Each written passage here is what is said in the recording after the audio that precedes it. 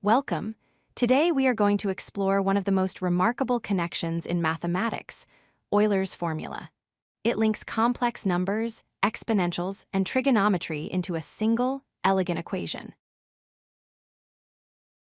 Let's start with the basics. A complex number, z, is built from a real part and an imaginary part. We visualize this on a 2D plane. The horizontal axis represents real numbers, and the vertical axis represents imaginary numbers. Any point on this plane is a unique mix of both. We can also describe points using distance and direction. The distance from the center is called the modulus. Denoted by r, the angle measured from the positive real axis is called the argument, denoted by theta. Using basic trigonometry, we can convert these polar coordinates back to our standard form. The real part corresponds to the cosine of theta, and the imaginary part corresponds to the sine of theta. This gives us the trigonometric form of a complex number. Now let's take a detour to calculus. Functions like e to the power of x, sine of x, and cosine of x can be written as infinite sums called Taylor series. Notice the patterns in these long equations. They look surprisingly similar. To bridge the gap, we need the imaginary unit. The powers of I follow a cycle. 1, I, -1, -I, and back to 1.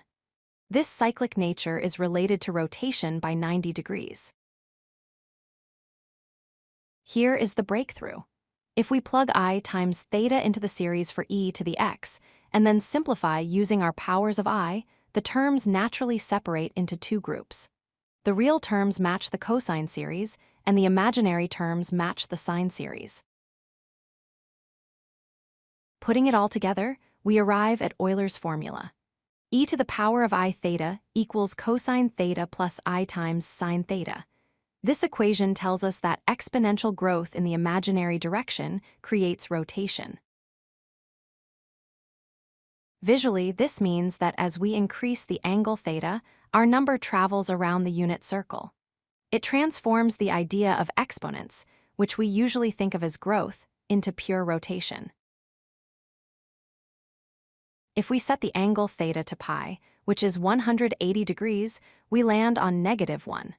Rearranging this gives us Euler's identity, e to the I pi plus 1 equals 0.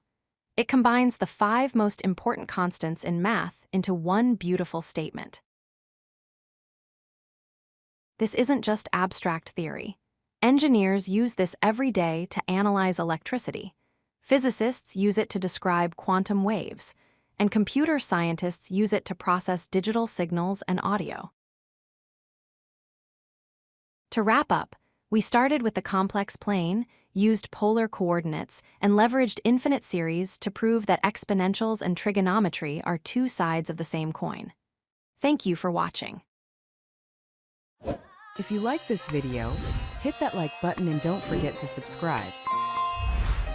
Visit codelucky.com for more such useful content.